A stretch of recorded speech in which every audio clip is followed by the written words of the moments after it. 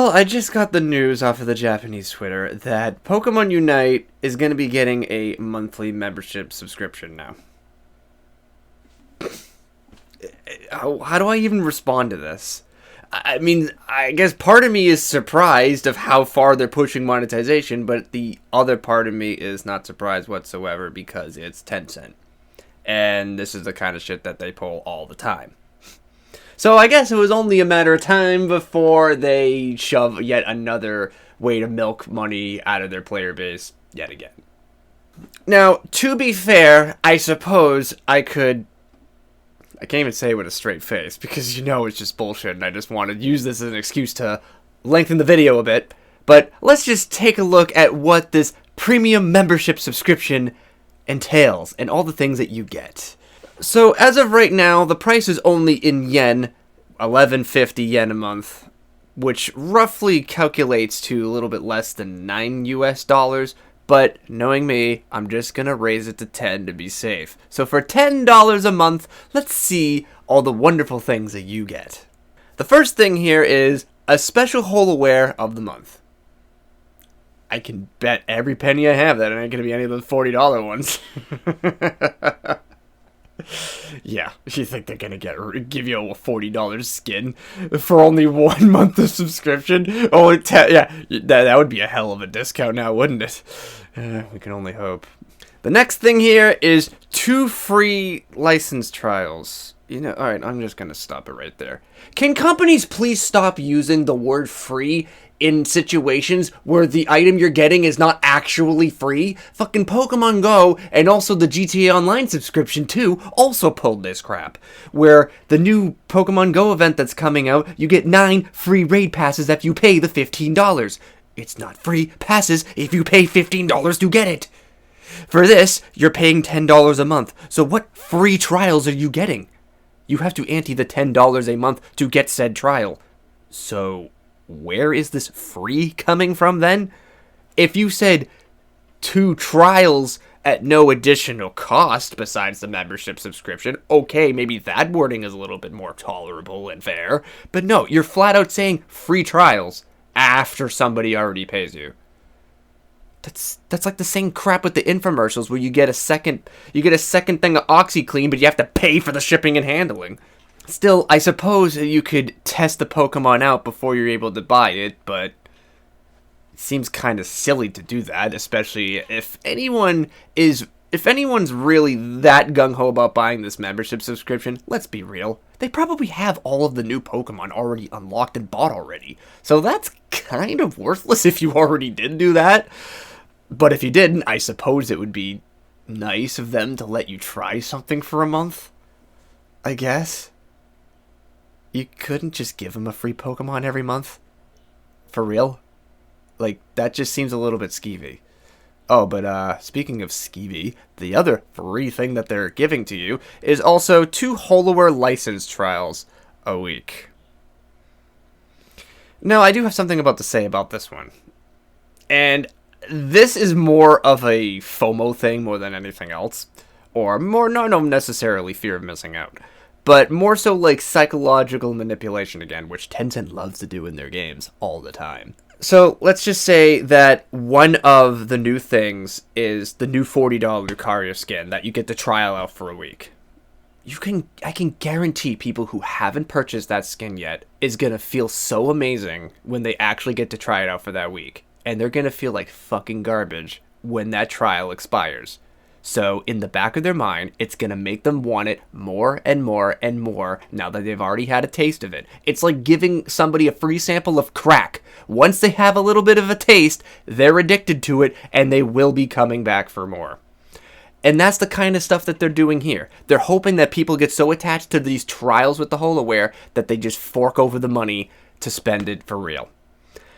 So, if anything, that's just more of a trap more than anything else. Some people might just say that, oh, it's cool to try out new things, whatever, and I get to try it without having to spend money. Wait, that's bullshit lie. You're paying $10 a month. Alright, I can try $40 skins without having to spend $40, but still.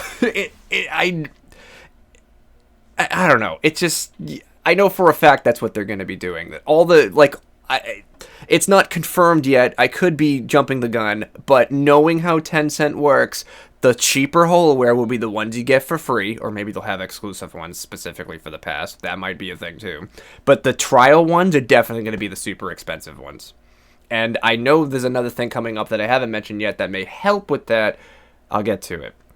There is a 10% discount on trainer fashion. How generous of you. 10%. Wait, 10 cent? 10%? I see what you did there, you cheeky bastards. It's still shitty, but I see what you did there. Still, 10% is not that much at all of a discount. Like, really? If it's so you're telling me that if there's a trainer item that sells for like 800 coins or something, or it might even be tickets, I don't even know what the premium. There's like 7 currencies in this fucking game. So 700 of X currency, you only save 70. So you still have to bust your ass for the other 90%, or spend the money for the other 90%. Well, you're not really enticing me that this is a good deal so far. Well, the last thing on this list, and it may seem good at a first glance, is 40 free gems. There's that fucking word again. 40 gems every day. Now, 40 gems a day seems like a lot. You think, holy shit, 10 days and I get 400 gems. This is amazing. 1 month of it, and I get like $20 worth of gems for only $10.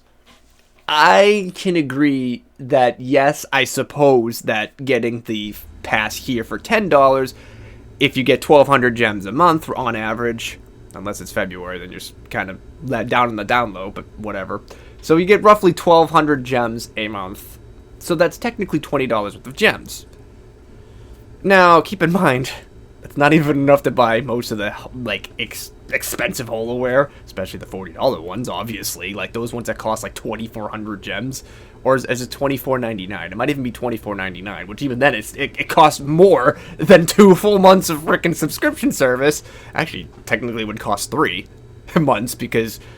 Yeah, okay, so basically 2 to 3 months worth of subscription just to get one of some of those, that fancy fucking Lucario skin that a lot of people want to get.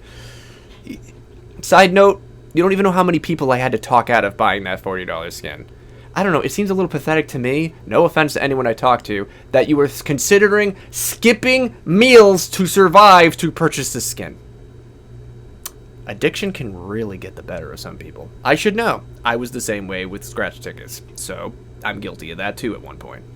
And the last thing that you get is you get fashion items. I think if you pre-order once it comes out a little bit early, if you sign up really early, you get some fashion items that resemble Hoopa or something. I think that's what I'm reading here. Yeah, it is. So you get fashion items that resemble Hoopa. Okay, that's pretty neat, I guess. But I don't know, a lot of this here seems more like a trap more than anything else. Like, I'm surprised they didn't add, like, special arenas that were members only or something, or, like, special characters that were members only. I mean, the holoware is probably a thing that's members only. They probably couldn't go that far because then people would be considering, like, oh, it wouldn't be pay to win, I guess, but it would just, well, then again, there's already has pay to win mechanics in the game anyway that people are so fucking oblivious to. So what's the difference if you just add extra content behind another paywall that you have to progress through, you know? Bottom line, this deal is complete garbage. Obviously. I think it's more of a trap than anything else. Because, yes, you're the only thing that's maybe a good thing is at the end of the month you pretty much get $20 worth of gems for the price of 10. But you still have to wait the full month to get them. So, by drip-feeding gems here and there, it kind of gives you the incentive, oh, maybe I should just spend a couple dollars on gems since I'm this close to getting what I want. So, I like how they did that with that. You don't, because you get the 40 gems a day, it's not just a flat amount every month, which even Rockstar did that a little bit better, where you just get the 500 grand every month. You don't get, like, 5,000 a day or whatever the fuck. But still, like, doing, like, these drip-feeding of gems every day and having the trials for the holoware and the trials for the characters, that just really just psychologically manipulates these players into spending even more money than the pass they just bought. So, you think you're getting a good deal with some of the things here, But at the end of the day, you might even be spending more than what you originally intended just because all these extra things shoved in your face along with this is just that more enticing to buy. That's all I have to say to that, is that gesture. Now, is this really all necessary, though? How many ways of monetization do we have in this fucking game now? We have the membership. We already had the season pass. We already had loot boxes. We already have pay-to-win elements. We already had the Whole Aware shop. So that's 5 different ways that this game is monetized. And funny enough, that also kind of reminds me of another game I talked about 2 years ago. Remember RuneScape, that video that I did? RuneScape 3 specifically, because Old School doesn't have said monetization besides bonds. But they also had a bunch of shit that you could buy. Loot boxes, 2 different memberships, I think it's called Premier Club Access, I think I mentioned loot boxes already, and then Solomon's General Store, which is a cosmetic shop, and then the bonds. And people I've talked to on Discord who have seen that video and have talked to me about it mentioned, yeah, you know what, that's really shitty of like Jagex and RuneScape to monetize 7 different fucking ways. But the same people, some of the same people anyway, are also giving excuses as to why Pokemon Unite isn't that big of a deal when they monetize like 5 different ways. And to close this video off, I will leave you this one question. How come RuneScape gets a lot of shit for having 7 different monetization ways, but when Pokemon Unite does it, that's completely fine and swept under the rug? I suppose a question like that will bring out the hypocrisy in just about anyone.